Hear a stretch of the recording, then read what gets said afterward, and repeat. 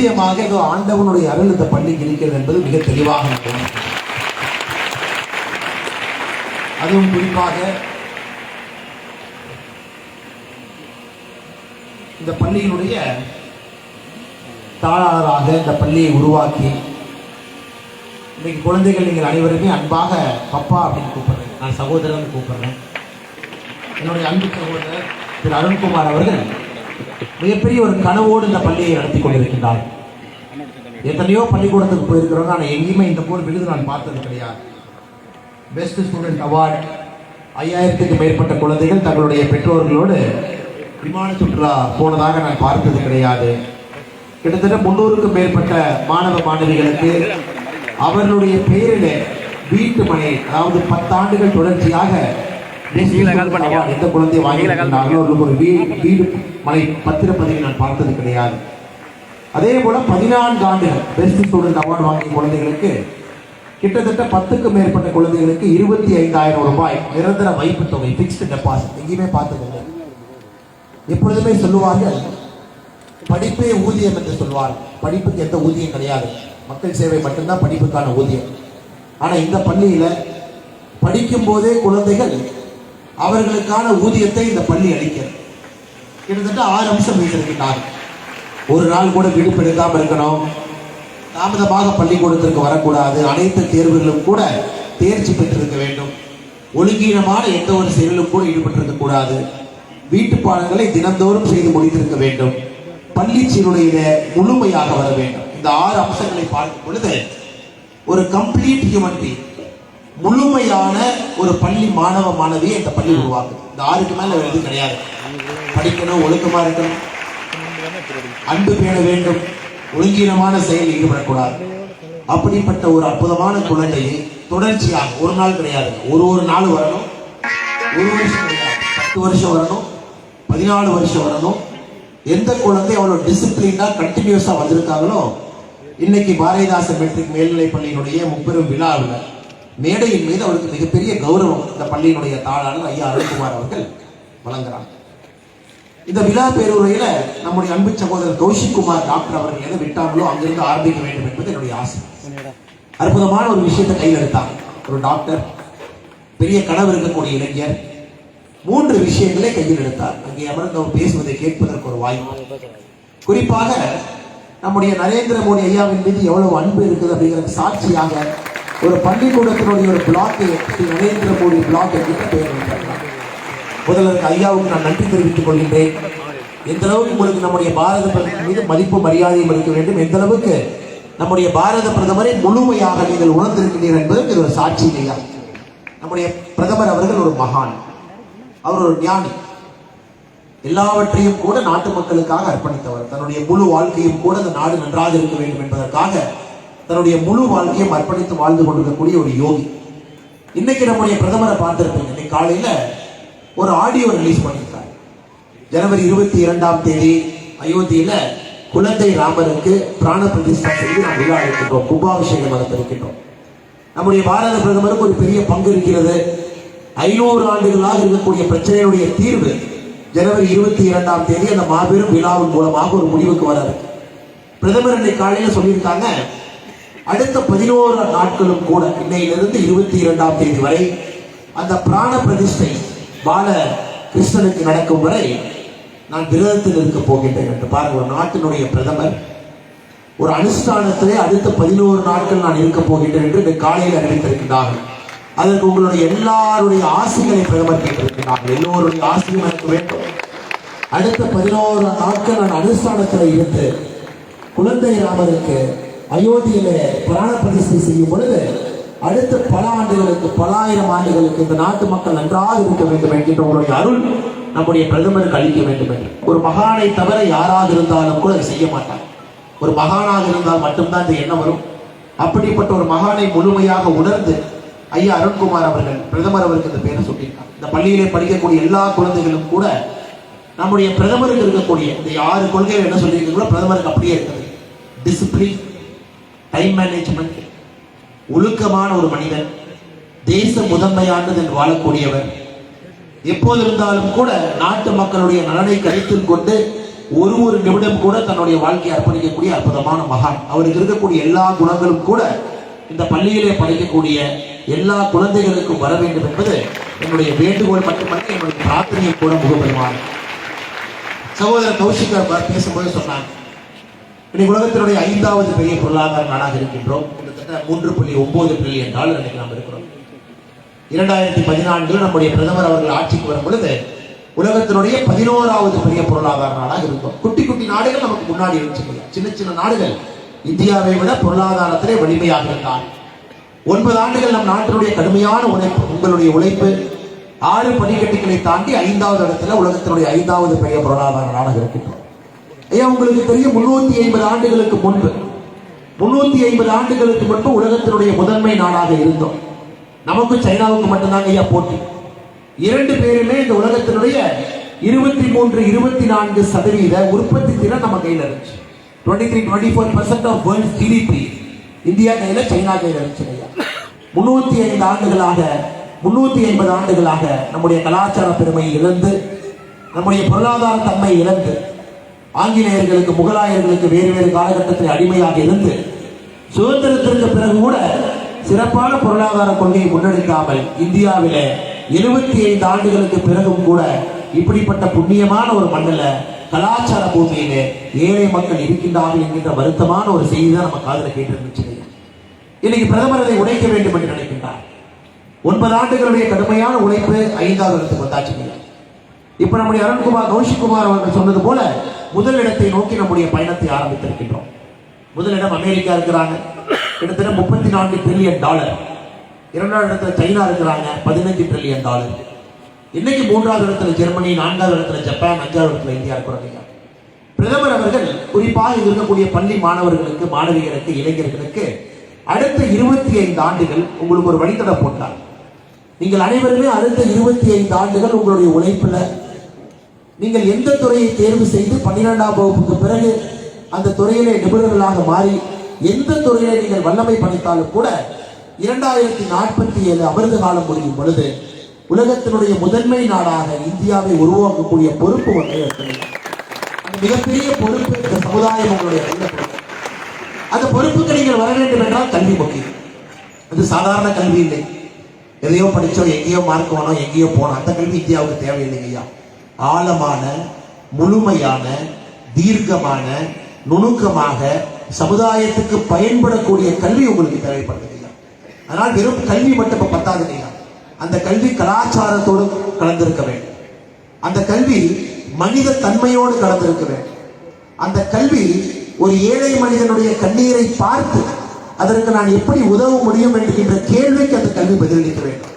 அந்த கல்வி நாம் வாழுகின்ற சமுதாயத்தில் ஏழை என்கின்ற ஜாதி இருக்கக்கூடாது என்று பாடுபடுவதற்காக. அதனால்தான் எனக்கு மிகுந்த சந்தோஷம், நம்முடைய பாரதிதாசன் மெட்ரிக் மேல்நிலை பள்ளியில அந்த கல்வியை இப்படி கலந்து கொடுக்கிறாங்க. மனித நேயத்தோடு, அன்போடு, பரிவோடு, பாசத்தோடு, எல்லாவற்றையும் தாண்டி இறை அருளோடு அந்த கல்வி உங்களுக்கு சேர்த்து வந்தது மிகப்பெரிய பாக்கியம் நீங்க செஞ்சிருக்கணும். நீங்க எல்லா பள்ளிக்கூடத்துல பார்க்கணும், கல்விங்கிறது கமர்ஷியல் ஆயிடுச்சு. ஒரு என்ட்ரன்ஸ் எக்ஸாம் பாஸ் பண்றதுக்கு, 12th அதிக மார்க் வாங்குறதுக்கு, ஒரு போட்டி பரீட்சையில முதல் 2, 3வது ரேங்க் வர்றதுக்கு தான் நீ கல்வி பயன்படும்.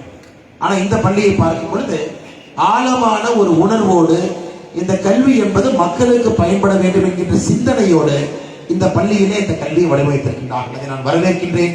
நிச்சயமாக வருகின்ற காலத்துல இந்த பள்ளியிலே படிக்கக்கூடிய மாணவ மாணவிகள் ஒரு வெல் ரவுண்டட் பர்சனாலிட்டி. இன்னைக்கு சாமி விவேகானந்த ஐயாவுடைய பிறந்த நாள் ஜனவரி 12ஆம் தேதி வேர்ல்டு யூத் டே. நம்ம நேஷனல் யூத் டேன்னு சொல்றோம். இந்தியாவில் இருக்கக்கூடிய எல்லா இளைஞர்களுக்கான நாள். சாமி விவேகானந்தா அவர்கள் இதைத்தான் எதிர்பார்த்தாங்க. பல ஆண்டு காலமாக அவருடைய பேச்சில் எழுத்திலே அவர் சொல்லியது, I need a well rounded human being. எல்லாம் இருக்கக்கூடிய மனிதன் எனக்கு வேண்டும், ஒருமுகத்தன்மை இருக்கக்கூடிய மனிதன் எனக்கு வேண்டாம். எல்லாம் இருக்க வேண்டும் என்றால் கல்வி இருக்கணும் ஐயா, நல்ல உடம்பு இருக்கணும், வலிமையான மனது இருக்கணும், எல்லாவற்றையும் தாண்டி சவால்களை எதிர்கொள்ளக்கூடிய துணிவு இருக்கணும். அதையெல்லாம் தாண்டி இறையருள் இருக்க வேண்டும், ஆண்டவன் மீது நம்பிக்கை இருக்க வேண்டும். இதை ஒரு வெல் ரவுண்டட் பர்சனாலிட்டி என்று சாமி விவேகானந்தா சொல்றாங்க. எல்லாம் இருக்கக்கூடிய மனிதன் எனக்கு வேண்டும். அப்படி எல்லாம் இருக்கக்கூடிய மனிதன் இருந்தா எப்படிங்க அந்த சமுதாயத்தில் லஞ்சம் வரும்? அதே ஐஏஎஸ் ஆபீசர், அதே ஐபிஎஸ் ஆபீசர், அதே டாக்டர், அதே கவர்மெண்ட் ஆபீசர். நாம் அவர்கள் படிக்கும் பொழுதே கல்வியை முழுமையாக, இது அனைத்தும் சேர்ந்து முழுமையான கல்வி அவர்களுக்கு கிடைத்திருந்தால் எப்படி அவங்க லஞ்சம் வாங்குவாங்க? எப்படி அந்த அதிகாரிகள் தவறு பண்ணுவாங்க? எப்படி அந்த அதிகாரிகளோ அரசியல்வாதிகளோ மக்கள் பணத்திலே கொள்ளையடிக்க வேண்டும் என்கின்ற எண்ணம் எப்படி வரும்? அவங்களுடைய கல்வி இன்கம்ப்ளீட். மார்க் அதிகமா வாங்கியிருக்காங்க, ஆனா ஸ்பிரிச்சுவல் நாலேஜ் இல்லை. மார்க் அதிகமா வாங்கியிருக்காங்க, ஆனா மனிதத்தன்மை இல்லை. மார்க் அதிகமா வாங்கியிருக்காங்க, ஏழை மக்களுடைய கண்ணீரை துடைப்பதற்கு என்னுடைய கல்வியை எப்படி பயன்படுத்த வேண்டும் என்கின்ற எண்ணம் அவர்களுக்கு. அதனாலதான் ஐயா நம்ம ஊர்ல ஒரு பக்கம் 5 ரூபாய்க்கு வைத்தியம் பார்க்கிற டாக்டர் இருக்கிறாங்க, இன்னொரு பக்கம் காய்ச்சல்னு போனா 50,000 ரூபாய் புடுங்குற டாக்டர் இருக்காங்க. அதனாலதான் ஒரு பக்கம் 10,000 ரூபாய் சம்பளம் வந்தாலும் கூட குரூப் 4 கிளர்க்காக இருக்கக்கூடிய ஒரு அரசு அதிகாரி குடும்பத்தோடு நேர்மையாக வாழக்கூடிய குரூப் 4 கிளர்க் ஒரு பக்கம் இருக்கிறார். 2.5 லட்சம் ரூபாய் சம்பளம் வந்தாலும் கூட லஞ்சம் வாங்கக்கூடிய IAS அதிகாரி இன்னொரு பக்கம் இருக்கிறார். நம்ம சமுதாயத்தில் 2 பிம்பங்களை பார்க்கிறோம். இருவருக்குமான சமுதாயத்தை பார்க்கிறோம், 2 பேருக்குமான கல்வியை பார்க்கிறோம், 2 பேர் எப்படி வளர்ந்திருக்காங்கன்னு பார்க்கிறோம். ஆனா கல்வி முழுமை இல்லாத காரணத்தினால் நம்முடைய சமுதாயம் இன்னும் முழுமை அடையவில்லை. நம்ம சமுதாயம் வேகமாகும், விவேகமாகும், ஆற்றல் மிக்க சமுதாயமாகும். நம்முடைய கௌஷிக்குமார் அவர்கள் சொன்னது போல, நம்முடைய பாரத பிரதமருடைய கனவு போல இன்னும் 25 ஆண்டுகள்ல உலகத்தினுடைய முதன்மை நாடாக நாம் வர வேண்டும் என்றால் நம்முடைய கல்வியை நம்ம சரியா பண்ணா மட்டும்தாங்க ஐயா முதன்மை நாடா வர முடியும். எல்லாமே கல்வியில தாங்க ஐயா இருக்கு. கல்வி எங்க சரியா கொடுக்கிறோம், கல்வி எங்க பக்காவா கொடுக்கிறோம், வெல்ரவுண்டா கொடுக்கிறோம், முழுமையாக கொடுக்கிறோம், அந்த சமுதாயம் விரைந்து முழுமையான சமுதாயமாக மாறும். என்னுடைய வேண்டுதல் எல்லாம் இந்த அற்புதமான நாளில் முருகபெருமானுடைய அருள்ல பாரதிதாசன் மெட்ரிக் மேல்நிலைப் பள்ளியிலிருந்து எந்த குழந்தை எல்லாம் கல்வி கற்றுவிட்டு வெளியே வருகின்றீர்களோ உங்களுடைய கல்வி சமுதாயத்துக்கு பயன்படுங்க. சமுதாயத்துக்கு உங்களுடைய கல்வி தேவை. ஒரு தனி மனிதனுக்கோ ஒரு குடும்பத்தினுடைய வளர்ச்சிக்கோ நாம சொத்து சம்பாதிக்கிறக்கோ கார் வாங்குறக்கோ பெரிய வீடு கட்டுறக்கோ சமுதாயத்திலே பந்தாவாக வாழ்வதற்கோ அல்லது நம்முடைய வங்கி கணக்கில் அதிகமாக பணத்தை சேர்ப்பதற்கோ நம்ம கல்வி பயன்படாதுங்க. அது வேஸ்ட். ஏன்னா இறந்த பிறகு எந்த பணத்தையும் நம்ம எடுத்து போவது கிடையாது. இறந்த பிறகு நமக்கு தேவை இதனோடு இடம் தாங்க ஐயா, 4 பேர் தூக்கி போறதுக்கு மட்டும்தான் நமக்கு வேணும். எத்தனை வீடு இருந்தாலும் கூட இறந்த பிறகு ஒரு வீட்டில் தான் நாம் இருக்க போறோம். அந்த ஒரு வீட்டில் தான் எல்லாரும் நம்மை வந்து பார்க்க போறோம். அதனால உங்களுடைய கல்வி என்பது ஒரு விசாலமான பார்வையில் இருக்கும். இங்கே படிக்கக்கூடிய குழந்தைகள் சமுதாயத்தினுடைய பிரச்சனைகளுக்கு உங்களுடைய கல்வியை பயன்படுத்தும். சின்ன வயசுல நாம் எல்லாம் சாப்பிடும் பொழுது நிலாவை பார்த்து நம்முடைய தாய் நம்முடைய பாட்டி நமக்கு சோறு ஊட்டுவாங்க. ஆனா அந்த நிலாவினுடைய சவுத் போலுக்கு போவதற்கு இதுவரை உலகத்தில் இருக்கக்கூடிய எந்த நாடுகளுக்குமே துணிவு. இன்னைக்கு பாருங்க, இந்தியால நம்முடைய ISRO அமைப்பு, நம்ம கல்வி முறையிலே படிச்ச நம்முடைய சயின்டிஸ்ட், சாதாரண கிராமத்திலிருந்து வந்து முதல் தலைமுறை கல்வி கற்று விஞ்ஞானிகளாக இருக்கக்கூடிய ISRO விஞ்ஞானிகள், அதிலே தமிழகத்தில் விழுப்புரம் பகுதியை சார்ந்த அந்த விஞ்ஞானி, அந்த டீம் ஹெட்டா இருக்கக்கூடியவங்க இன்னைக்கு நிலாவினுடைய தென் துருவத்திற்கு நம்முடைய ரோவர் லேண்டரை போய் நம்ம பக்காவா லேண்ட் பண்ணிக்கையா உலக நாடுகள்ல முதன்மை நாடாக பேர் எடுத்துக்கிட்டோம். அப்ப அந்த அளவுக்கு நம்முடைய கல்வி அடிப்படையில ஸ்ட்ராங்கா இருக்கு. அடிப்படையில ஸ்ட்ராங்கா. இதே ISRO விஞ்ஞானி, நான் ISRO போக மாட்டேன், நான் வந்து அரசு வேலைக்கு போக மாட்டேன், என்னுடைய கல்வியை நான் ஒரு சாஃப்ட்வேர் கம்பெனிக்கு போயிருப்பேன், அவங்க எனக்கு 5 லட்சம் ரூபாய் சம்பளம் கொடுக்குறான், அங்க போய் நான் வேலை பார்ப்பேன், நான் கோழி பண்ணி போயிருந்தா சமுதாயத்தினுடைய பிரச்சனைகளை யாருங்க தீர்ப்பாங்க? எங்கேயோ ஒரு மனிதன் தான் படித்த கல்வியை நாட்டுக்கு பயன்படுத்துகின்றான், தான் படித்த கல்வியை மக்களுடைய வளர்ச்சிக்காக பயன்படுத்துறான். அதனாலதான் ISRO போன்ற நிறுவனங்கள் இன்னைக்கு வெற்றி வாகை சொல்றாங்க. சூரியன் பக்கத்துல யாரும் போக முடியாதுங்கிறாங்க. இன்னைக்கு சூரியன் பக்கத்துல நம்ம ஆதித்யா போயிட்டு இருக்கு. ஒரு ப்ரோ நினைச்சிருக்கோம், ஆதித்யா ப்ரோ. கிட்டத்தட்ட சூரியன் பக்கத்துல போய் சூரியன் நம்ம ஆராய்கிறோம். சூரியன் எப்படி இருக்கிற படிக்கிறோம், சோலார் பிளேட்ஸை கண்காணிக்கிறோம். உலகத்துல எந்த நாடும் போகாத இடத்திற்கு நம்முடைய நாடு, நம்முடைய கல்வி, நம்முடைய விஞ்ஞானிகள், நம்முடைய கிராமப்புறத்து மாணவர்கள், நம்முடைய முழுமையான கல்வி இன்னைக்கு ஆதித்யாவை சூரியனுக்கு பக்கத்துல கூட்டிட்டு போகுது. சுத்தி பாருங்க.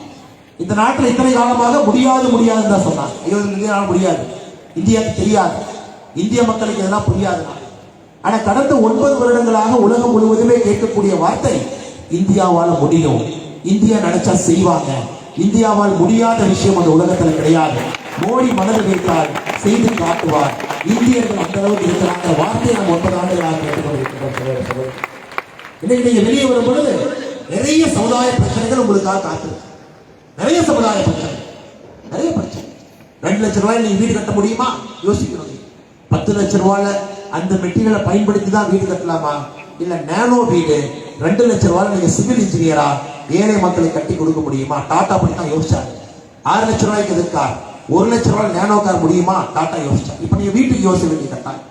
இன்னைக்கு பாக்குறோம், ரோட்ல போறோம், ஒரு மலைக்கே ரோடு தாங்கிறது, ஒரு மலைக்கே பாலம் தாங்கிறது. ஏன்? முறையில்லாத மனிதர்கள் ஏதோ வேலையை செஞ்சுட்டு இருக்காங்க. நமக்கு அரசு அதிகாரிகள், நேர்மையான நாணயமான அரசு அதிகாரிகள், கோடிக்கணக்கான அதிகாரிகள் தேவைப்படுறாங்க. அந்த வீட்டுக்கு நீங்க போகணும், அங்கேயும் செய்யணும். அரசியலே நாணயம் குறைந்து கொண்டிருக்கிறது. மக்கள் அரசியல் மீது நம்பிக்கை இழந்து கொண்டிருக்கின்றார். நல்ல அரசியல்வாதிகள் நல்ல கல்வியின் மூலமாக நீங்கள் உருவாக்கி அரசியலுக்கு தரணும். அதுவும் தேவைப்படுகிறது. விஞ்ஞானிகள் தேவைப்படுறாங்க. 5 ரூபாய் டாக்டர், லட்சக்கணக்கான டாக்டர் தேவைப்படுறாங்க. பொறியாளர்கள் தேவைப்படுறாங்க. எல்லாவற்றையும் தாண்டி சமுதாயத்தில் இன்னைக்கு ஆசிரியர் என்று சொன்னால் முதல்ல இருந்த மரியாதை இல்லைங்க. இந்த பணம் இருக்கக்கூடிய மோகத்துல எல்லாம் பணம் பணம் பணம் என்று வந்து விட்ட பிறகு நமக்கு பாடம் சொல்லிக் கொடுத்த ஆசிரியர்கள் மீது மரியாதை குறைய ஆரம்பிக்கும். அதை திருத்த வேண்டிய கடமை இளைய சமுதாயத்திற்கு இருக்கு. ஆசிரியர் பணிக்கு மறுபடியும் ஒரு பெருமையை நீங்கள் கொடுக்க வேண்டும். நீங்க படிக்கக்கூடிய சில மாணவ மாணவிகள் நீங்களே ஆசிரியர்களாக மாற வேண்டும். நீங்க நிறைய மாணவ மாணவிகளை உருவாக்க வேண்டி வரும். ஆசிரியர் பொறுப்பு என்பது மிகப்பெரிய பொறுப்பு. அதற்கு நீங்கள் துணிவோடு வந்து ஒரு பள்ளியில ஒரு கல்லூரியில ஆசிரியர் என்ற மகத்தான பொறுப்பை கையில் எடுத்து அடுத்த கட்ட மாணவ செல்வங்களை உருவாக்கக்கூடிய பொறுப்பும் இப்ப இருக்கக்கூடிய மாணவ செல்வங்களுக்கு இருக்கு. நீங்கள் எதை தேர்வு செய்தாலும் சரி, எந்த இலாக்காக்கு போனாலும் சரி, உங்கள் வாழ்க்கை ஆண்டவன் அருளோடு எதை நோக்கி சென்றாலும் சரி, எங்களுடைய அன்பான வேண்டுகோள், பணத்தை முதன்மையாக்காதீங்க, பணத்தை கடைசியா வைங்க.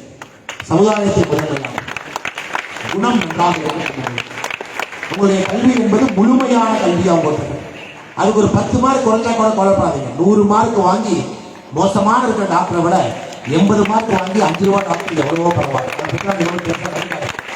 10 மார்க் 15 மார்க் குறையுது. அதன் மூலமாக என்னுடைய மனிதத்தன்மை இழக்கவில்லை, முழுமையான கல்வியை நான் பெற்றிருக்கின்றேன் எடுத்தால் நீங்கள் சந்தோஷப்படுங்க. 100க்கு 100 வாங்கிட்டேன், ஆனா எனக்கு மனிதத்தன்மை இல்லை என்றால் அந்த கல்வி யாருக்கும் பயன்பட போவதில்லை. ஆனால் நான் வந்ததே தாமதமாக வந்திருக்கின்றேன். 10 மணியை நோக்கி என்னுடைய கிரியாரம் உங்களுடைய கிரியாரம் நகர்ந்து கொண்டிருக்கிறது.